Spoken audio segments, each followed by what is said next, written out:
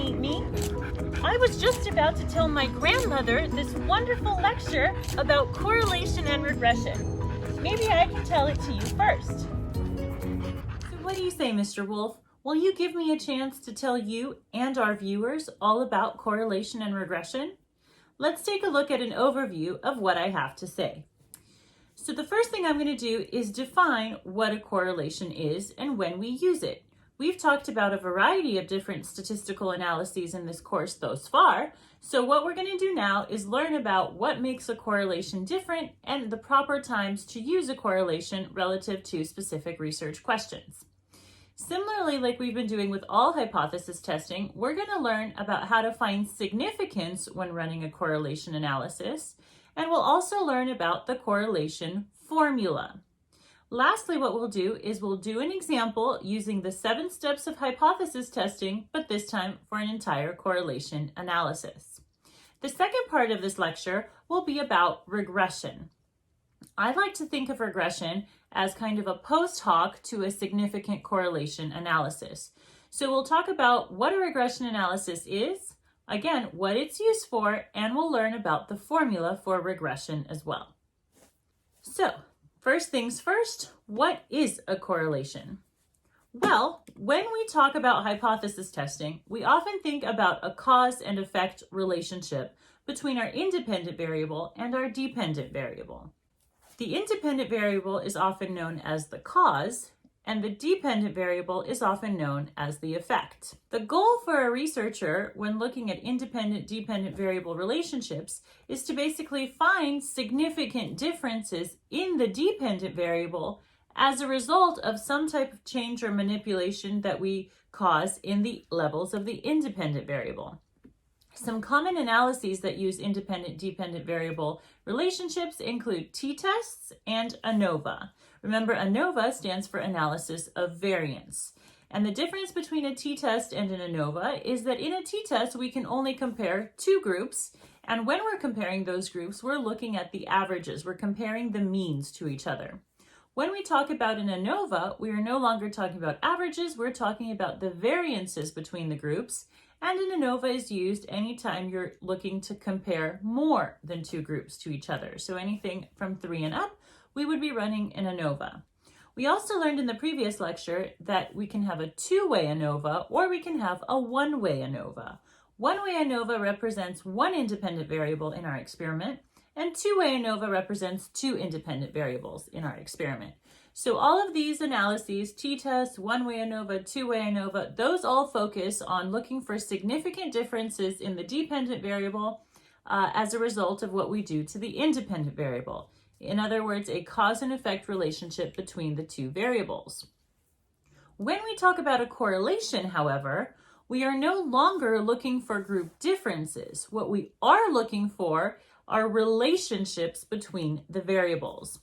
So a correlation is used to explain the relationship between 2 or more continuous variables. So what does the word continuous mean?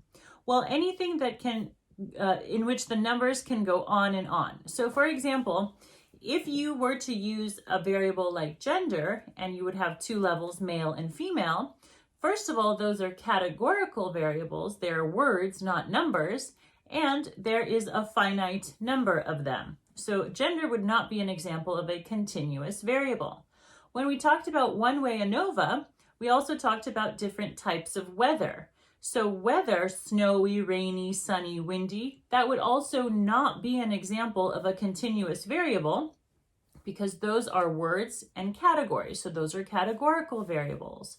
So when we talk about continuous variables, we're typically talking about things on a numerical scale. So they are quantitative. So for example, a continuous variable would be the number of steps it takes to get me from my house to grandmother's house through the forest. Another continuous variable could be the number of wolves that cross my path. So in a sense, anything that you can count and that you can number to an infinite degree, that is considered a continuous variable. So when we do correlation analysis, those are reserved specifically for analyses or research questions in which we're looking for a relationship between 2 continuous variables. We are no longer focusing on group differences. And instead of thinking about the variables as an independent and dependent variable, we typically annotate the variables as x for one variable and y for another variable. In other words, whether x comes first or y comes first no longer matters. What does matter is how x and y relate to each other. Typically, when we talk about a correlation, we see them in a linear form. So linear means line. A straight line typically best describes the relationship between two variables. If we look at the first graph here on the left, labeled linear correlation, we have the x-axis going horizontally and the y-axis going vertically. And we do see a line drawn through the data points. Imagine for a moment that that line was not there, and you just had the data points clustered side by side in this progressively upward moving orientation. So we could still see that the direction in which the dots are going is up as the data points are moving to the right. So basically the line is drawing a trend or a pattern, kind of like a connect the dots visual, to show that the correlation is linear.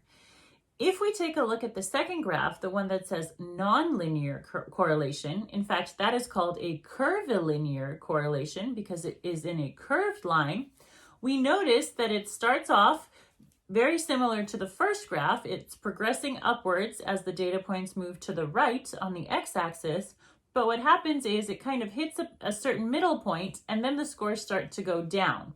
So essentially this is called a curvilinear relationship because it starts to go up and then it starts to come down the same amount, making this kind of a rainbow shape. So once again, typically correlations are represented by a line. So there are two important factors that we must consider when interpreting a correlation. The first thing is the direction, and the second thing is the strength. So let's dissect these a bit more in detail to really understand what they mean. The direction of a correlation can be either positive or negative. A positive correlation is when both variables increase or when both variables decrease. In other words, as one variable increases, so does the other, or as one variable decreases, so does the other. An example of this can be height and weight. If variable 1, represented by x, is height, and variable 2, represented by y, is weight, then we can say that as height increases, weight also increases. So we can see that height is increasing and weight is increasing because both of the variables are going in the same direction, which is currently up to increase. This is a positive correlation. What tends to trip people up is to understand that even if both variables were going down, that is still considered a positive correlation. So for example, if variable 1 is the amount of time you sleep and variable 2 is the amount of energy I have, and if I say the less time you sleep, the less energy you will have, because sleep is decreasing and energy is decreasing, both of them are going in the same direction. Therefore, if both variables move in the same direction, it is called a positive correlation. So the most important thing to do here is to not read so much into the meaning of the colloquial term positive or negative. Remember, positive correlation, both variables go up or both variables go down. Okay, so you might be thinking, well, if that's positive, then what is a negative correlation? Well, a negative correlation is when the variables move in opposite directions. So what that means is as one variable increases, the other decreases, or vice versa. So for example, if variable 1 is exercise and variable 2 is weight, we can say that the more you exercise, the less you will weigh. Exercise increases, weight decreases. Therefore, one is going up, the other is going down. Therefore, this is a negative correlation. It is an inverse relationship between variable x and variable y. The second important factor when it comes to analyzing a correlation is its strength. The strength of a correlation is typically represented by a lowercase r. Please be careful that you don't use an uppercase r because uppercase r represents range in the world of statistics. So this lowercase r represents what is called a correlation coefficient. We've previously calculated t values, we've calculated f values. Now we're calculating an r value, but we don't call it an r value. We usually call it a correlation coefficient. So correlations can range anywhere from -1 to +1. Because they are typically represented as a decimal, if you have 1.00, that's the same thing as saying 100%. So if you have two variables that are closely correlated to the whole number of 1, that's basically saying that they are almost 100% correlated. So correlations can range from -1 to +1. Remember, the direction is indicated by the sign. If it's towards -1, it means it's a negative correlation. And if it's a positive sign, or no sign at all essentially, then it's a positive correlation.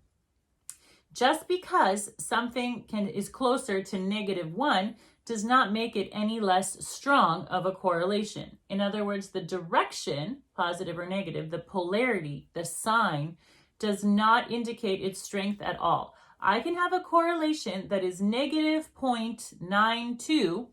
That would be the same thing as saying my variables are 92% correlated. The fact that it's negative just tells me that the correlation is negative, meaning one variable is going up and the other is going down. So just because there's a negative sign doesn't have anything to do with the strength of the correlation. So the closer your correlation is to +1 or -1, the stronger the correlation becomes. The closer the value, the R value, the correlation coefficient is to 0, the weaker the correlation and the weaker the relationship between the variables. So basically, so far we've talked about the strength and the direction of a correlation. And now let's take a look at some examples. So if we look at some examples of correlations, we can see here that in example A, the x-axis going from left to right and the y-axis is going from up to down. What we can see here is that the data points are getting higher as they are moving farther to the right on the graph. So in other words, as x is increasing, y is also increasing. That shows us that this is a positive correlation because as x increases, y increases as well. If we look at example B, we can see that the y-axis is starting out really high when the x-axis is low. So essentially, starting off high on the y-axis, it starts to get lower as you move farther to the right along the x-axis. So now we have y is going down as x is going up. Because of this, because the two variables are moving in opposite directions, this is an example of a negative correlation. And now if you think back to that term linear correlation, remember we saw a graph with a line drawn through the data points. By looking at A and B, do you feel like you can draw a line through these data points to kind of show a trend line? If you're thinking to yourself, yes, I can, you're absolutely right. And the reason that you can do that is because you can see almost a clear picture of a line either going up in example A or down in example B. So the closer the data points are together, the stronger the correlation you have. Now let's look at example C. If we look at example C, it becomes difficult to draw that line that I just mentioned we could draw for example A and B. The reason behind this is that there's no rhyme or reason to how these data points are plotted. There's no clear story between the relationship of X and Y based on the data points that we see in example C. Therefore, we can see that R, the correlation coefficient, is equal to 0 because this would indicate that there is no correlation between the two variables. Now let's go ahead and take a look at example D. This is very similar to the curvilinear correlation that I showed you previously. You may notice that this correlation coefficient also says 0. Why does it say 0? Well, if you notice, it starts off as a positive correlation, starts out low on the y-axis and low on the x-axis. It starts to increase on both x and y, and then it reaches a point and it starts to decrease in the y-axis as the x-axis continues. So basically, whatever it gained, it started to lose. The same amount of the positive correlation that existed got canceled out or negated by the negative correlation. So essentially, if you add +1 plus -1, you will end up with 0. So even though you see a line that started to go up but then went down, we can see a clear line here. We can see also that our correlation coefficient is also equal to 0 because these variables were no longer correlated.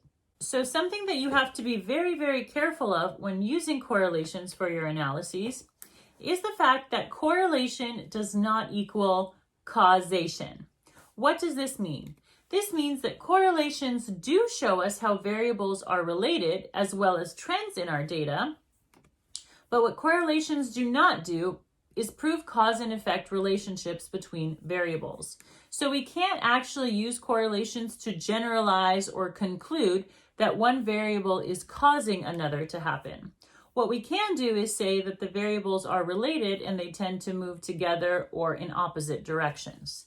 For this reason, correlations are considered quasi-experimental.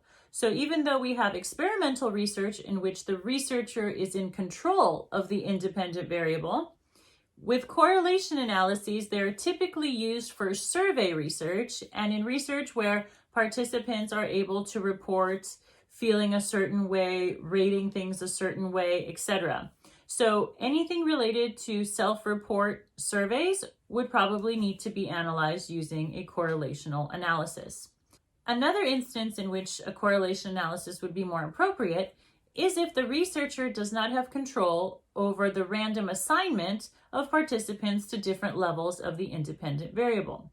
For example, if I was interested in running a study on brunettes, I would not be able to, as a researcher, to ethically force people to change their hair color and be selected into one of particular levels of hair color. Basically, I would have to choose participants that are already brunette and then run my experiment on them.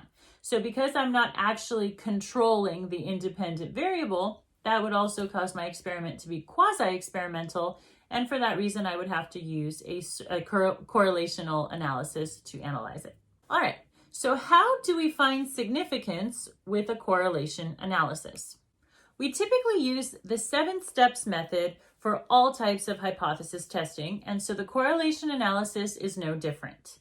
When we do hypothesis testing calculations by hand, we typically compare a computed value that we obtain from a formula to a critical value that we obtain from a particular table. To determine the significance of a correlation, we are going to find an R computed value and compare it to a critical R value as well.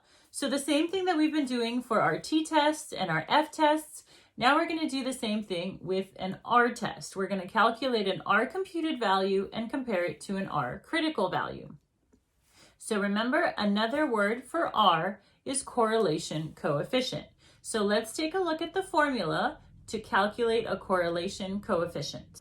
The formula for calculating R computed looks like this. You know exactly what all of these symbols mean and you've calculated them multiple times before. Let's take a closer look.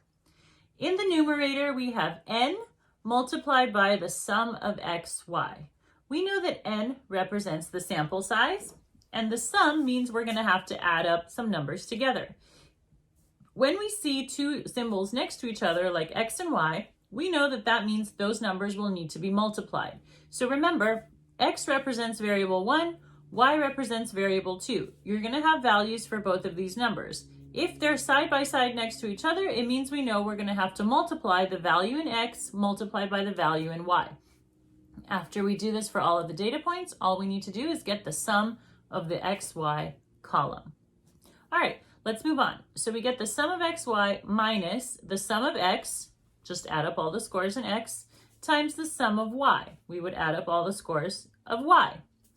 Then we divide this by a big juicy denominator. All right, so again, the most common mistake is to forget that all of this lives under the square root hat. So make sure that whenever you solve for the denominator, you don't forget to square root it before you do your final division of the numerator by the denominator. Once again, we have n represents the number of people in our sample. And then we have the sum of x squared. We've done this multiple times when we calculated variance. If you square a number, it means you multiply it by itself.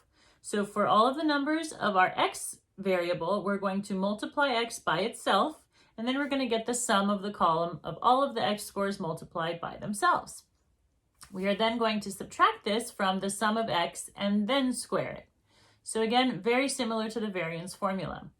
Now the only difference here is that you're going to have to do it a second time, this time for the y variable. So we now have the number of people in our sample multiplied by the sum of y squared, which means we're going to have to square each value in the y variable column by itself, and then subtract it from the sum of y and then square it. So basically, order of operations says do what's in the brackets first, and then you're going to multiply the two numbers by each other. Once you multiply the two numbers by each other, you're going to take the square root of that entire denominator. So that is the formula for our correlation coefficient, for R computed. Let's take a look at the 7 steps process, and then we'll actually work on an example with numbers, with actual data, so that we can practice calculating it. So step 1 in the 7 steps of hypothesis testing is to state your null hypothesis. Now, previously, we talked a lot about looking for significant differences between groups, and our null hypothesis was always that the differences did not exist. In the case of a correlation analysis, you're still going to have a null hypothesis that's going to negate any changes, but now instead of difference, we're going to use the word relationship, because remember, difference is saved for cause and effect things. Correlations do not tell causation, so we're going to change the word difference to the word relationship. So there is no significant relationship between x and y would be your null hypothesis. On the other hand, the alternative hypothesis would say the exact opposite. There is a significant relationship between x and y, between variable 1 and variable 2. Set alpha to 0.05 will be step 3, just like it always was. And your rejection rule for step 4 is basically how you're going to find your R critical value. Now we know that to find a critical value, we always need degrees of freedom. The last thing we did was calculate two-way ANOVA, and we needed 2 different degrees of freedom, one for degrees of freedom between and one for degrees of freedom within. When it comes to correlation, your formula is going to be degrees of freedom are equal to n minus 2. N represents the number of people you have in your sample. You're going to subtract 2, and those are your degrees of freedom. So you're only going to end up with 1 value for degrees of freedom when looking up a critical value for R. Step 5 is to compute R using the formula that we just talked about. Step 6, exactly the same, is to make your decision.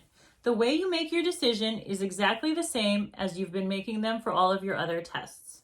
If the R computed value, which we got from our formula, is greater than or equal to your R critical value, then you would reject the null and conclude that there is a significant relationship between the variables. However, if your R computed value that you obtain from your formula is less than your R critical value that you got from the table, then you would fail to reject null and conclude that there are no significant relationships between X and Y. And of course, step number 7 is to state your conclusion. So as you can see, all of the steps remain the same. The only differences we have is in the null and alternative hypothesis, instead of using the word difference, we use the word relationship. And we can see that our degrees of freedom formula is going to be n minus 2. Okay, let's take a look at a specific example. Little Red Riding Hood hypothesizes that a person's life satisfaction, as measured by an 8-point Likert scale, is positively correlated with satisfaction with their grandmother's cooking, as measured by an 8-point Likert scale. Here are the data she collects from 8 participants. So by looking at this data set, I can see that I had 8 participants, so I already know that my n is equal to 8. In the first column, I have life satisfaction, and we can consider that our x variable. In the third column, I have grandma's cooking satisfaction, and that can be considered our y variable. So essentially, life satisfaction, all of those numbers that we see, those are all the values for x, and then all of the numbers in the grandma's cooking satisfaction column, those are going to represent all of our data points and values for y. All right, so given the particular question we have, let's start off our 7 steps. Step 1 is to state your null hypothesis. The null hypothesis would be that there is no significant relationship between life satisfaction and satisfaction with grandma's cooking. The alternative hypothesis would say the complete opposite. There is a significant relationship between life satisfaction and satisfaction with grandma's cooking. I'm going to set my alpha to 0.05. Now, for my rejection rule is n degrees of freedom formula n minus 2. Because I collected data from 8 participants, n is going to be equal to 8. If I subtract 2 from 8, I get degrees of freedom of 6. So far I know that my degrees of freedom to find my R critical value are going to be 6. Now step 5 is to compute R. So we're going to take a pause right here, and we'll actually compute R, and then we'll come back and finish off the rest of our 7 steps. So to compute R, we need to calculate it using our new formula. So the formula, let me remind you, for calculating R computed looks like this. So once again, we're going to need the sum of X and the sum of Y. We're also going to need to square X and square Y. And we're also going to need to have a column in which we have X and Y that are going to be multiplied together. So when you set up your table for calculating your values, it might be a good idea to set them up like this. So participants are in the first column. Life satisfaction is our X variable, which is in the second column. We know that we're going to need to square X at some point. So right beside X, I'm going to set up an X squared column. The fourth column I have is going to be satisfaction with grandma's cooking.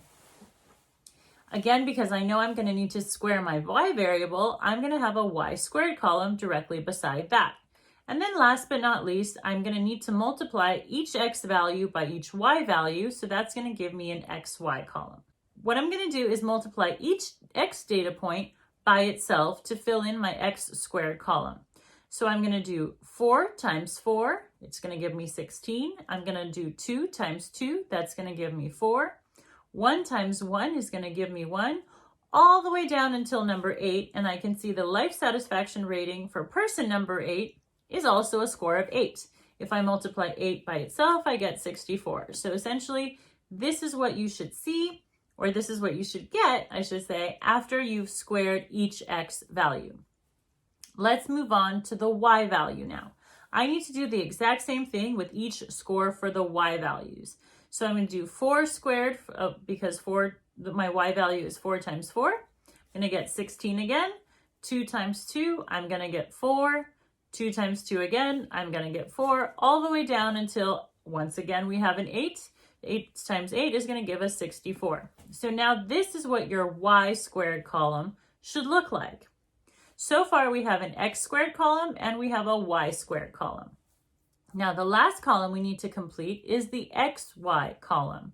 XY column basically means I need to take each value of X and multiply it by each value of Y. So if I have life satisfaction of 4 and satisfaction with grandma's cooking of 4, I'm going to do 4 times 4 and I'm going to get 16. Then I'm going to have life satisfaction of 2 multiplied by grandma's cooking satisfaction of 2, and I'm going to get 4. I'm going to do this all the way down until I get these values here. So from 16 all the way down to 64. It's interesting to note that so many of our columns have very repetitive numbers. If you see something like that happen, for example, life satisfaction is 4 and grandma's cooking satisfaction is also 4, going back to our original hypothesis of whether or not these are positively correlated, the fact that they are the same number is probably a good indicator that the numbers are slightly correlated, if not a lot correlated. So that's another thing that you can look at when you are doing a correlation analysis. The closer the number in the X variable resembles the number in the Y variable, the more likely those variables are going to be correlated with each other. All right, so now that we have all of our data filled in our table, the next thing we need to do is get the sums of each of these columns. So if we start with the first column, if we add up all the number of participants we have a total of 8, so n is going to be equal to 8. If I add up the entire column of life satisfaction, I get the sum of X is equal to 37. If I add up the sum of X squared column, I get the sum of X squared is equal to 211. Now I'm going to look at the column for grandma's cooking satisfaction, which is my variable Y. if I add up the total of the sum of y, I get 36. If I add up the sum of y squared, I get 202. Now, last but not least, the sum of xy is going to be 201. So now that I have these values, what we need to do is plug them into our formula. So by looking at our formula, we know that n is going to go in place of 8, 201 is going to go in place of the sum of xy, 37 is going to go in place of the sum of x, and 36 is going to go in place of the sum of y. So that's our numerator. Now let's look at our denominator. Once again, we have n, which is going to be 8. The sum of x squared is 211 minus the sum of x, 37, and then squared. So that takes care of the first bracket. Let's look at the second bracket. Once again, we have n, which is 8, and we're going to multiply 8 by the sum of y squared, which in this case is 202. We're going to subtract that minus the sum of y, which is 36, and then square that. So basically what happens, if you input the numbers into the places where we just said, this is what you should be left with. Now what we need to do is we need to simplify this a little bit further. So let's take a look at how to do that. If I simplify this further, in my numerator, I will get 1,608 minus 1,332. In the denominator, I have in my brackets 1,688 minus 1,369. I'm going to multiply that by 1,616 minus 1,296. Once I simplify those, my numerator, I have 276, and in my denominator, I have the square root of 319 times 320. If I take the square root of that product in the denominator, I am left with 319.50. So now the final step I have to do is divide the numerator by the denominator. I have 276 divided by 319.50. That is going to be equal to 0.86. Notice that this is a positive correlation because there is no negative sign. If you didn't calculate a negative sign, you know that the correlation is not negative. It will appear in the math, it will appear in the numbers on its own if the correlation is in fact negative. You don't need to do anything on your part to make it negative. All right, so the fact that there is no negative sign here indicates that this is going to be a positive correlation. And if we look at the number here, R is equal to 0.86. If you think back to what I told you about the maximum strength the correlation can have, you may remember that it was equal to 1 whole. In other words, 100%, 1.00. In this case, our correlation coefficient is showing that our x variable and our y variable have an 86% relationship. That's a pretty high, a pretty strong correlation, but what we need to do now is compare this R computed value to our R critical value. So let's take a look at how to do that. To find R critical, we again have to use this particular table, and this time the table is called critical values of R. So once again, on the left-hand side, you see degrees of freedom. In the second column, you have a 5% label, and in the third column, you have 1%. Remember, these percentages correspond with where you set your alpha. We set alpha to 0.05, so we're going to look at the 5% column. If we had set alpha to 0.01, then we would be looking in the 1% column. So we remember that we also need our degrees of freedom in order to find our critical value. We know that n minus 2 is 8 minus 2, which is going to give us 6. If we look up degrees of freedom 6 at the 5% error level, we can see that that value is 0.707. This is the value that we have to compare to our R computed value. So let's go back a couple steps in our 7 steps to step 4. We set our rejection rule to degrees of freedom 6, and we found that R critical is equal to 0.707. We also computed R, and we found that R computed is equal to 0.86. So now for our decision, if the absolute value of R computed is greater than or equal to R critical, we're going to reject the null and conclude that there is a relationship between the variables. On the other hand, if the absolute value of R computed is less than R critical, then we fail to reject the null and we conclude that there is no relationship between the variables. So, taking a look at the numbers we have here, we can see that 0.86 is larger than 0.707, and therefore we are going to reject the null. This means that there is a significant positive correlation between life satisfaction and satisfaction with grandma's cooking.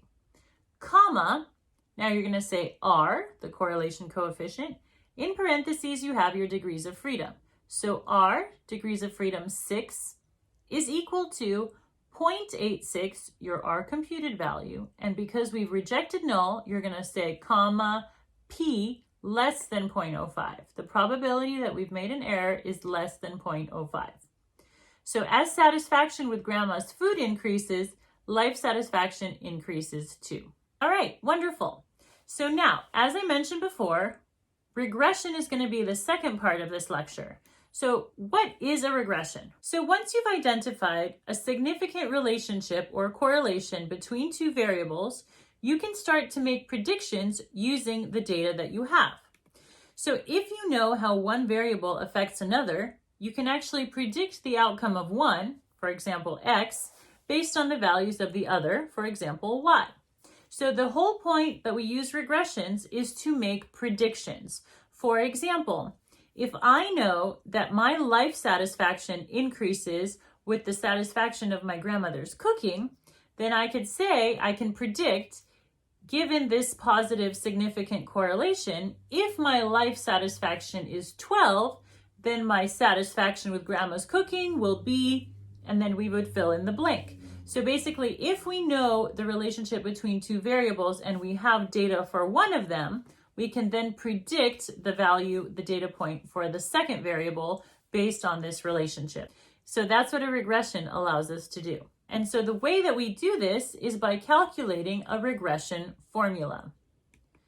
So just as a reminder, if you remember the different examples of how data points look in a correlation, if we focus on the top two, those are the ones that look like a significant correlation. The first one is a positive one and the second one is a negative one. In both of these cases, that line, that clear pattern, is visible. And so that is directly related to our regression equation. So a regression equation is used to calculate what is called a regression line. And so because correlations are typically linear, we need to calculate the formula for this particular line that is going to be used to mathematically draw a line through the data points. And the line is drawn in such a way that it's equidistant from all of the data points. And this is called the line of best fit. When we talk about the line of best fit, what we're actually doing is we're calculating it based on a formula that minimizes the squared deviations between the data points. If you think back to our discussion on measures of dispersion, we talked a lot about variance and standard deviation. So whenever we talk about deviation, it means the data points are going to be far from one another. They're going to be dispersed.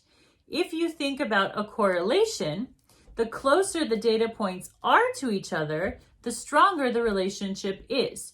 So essentially, we want to draw a line through data points that are closer together. We don't want them far apart. So we basically do want to have small deviations between the data points in order to show a stronger relationship.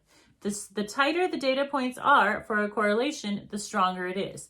The farther apart they are, the weaker the correlation is. So the line of best fit is used to minimize those deviations between the data points. So if we look at the formula for the regression equation, it looks like this. And the way we read this is y predicted, y with the little party hat symbol, is read as y predicted, and that is equal to a, which is our intercept, plus b, the slope, multiplied by x, which is our given score. Remember, order of operation says that you do multiplication before you do addition. So when you do solve for the regression equation, you want to multiply b and x first and then add a.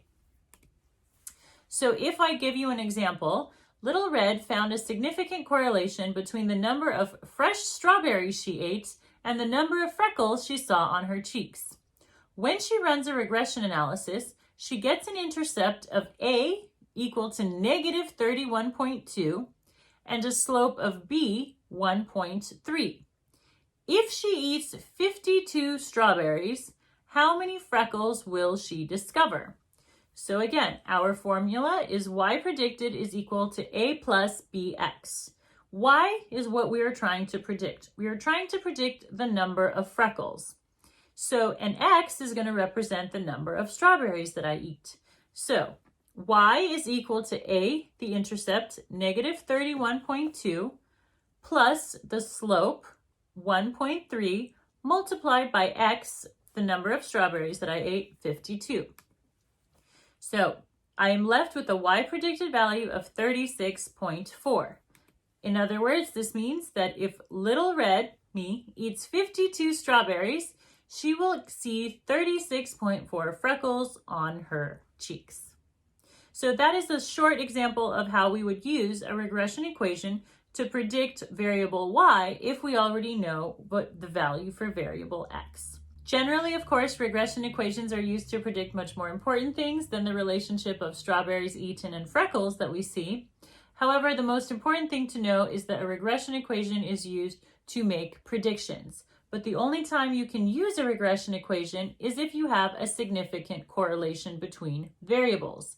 In other words, if two variables are not related to each other, you can't use them to make a prediction about one or the other in the regression analysis. So if you have a significant correlation, then you can conduct a regression analysis. You see, Mr. Wolf? That was such a short and quick lecture on correlation and regression. Thank you so much for not eating me. I bet our viewers totally thought that you were going to eat me, but instead I know you really enjoyed that. Thanks everyone for watching, and see, All you have to do to tame a wolf is talk to them about statistics. See you next time on Once Upon a Lecture.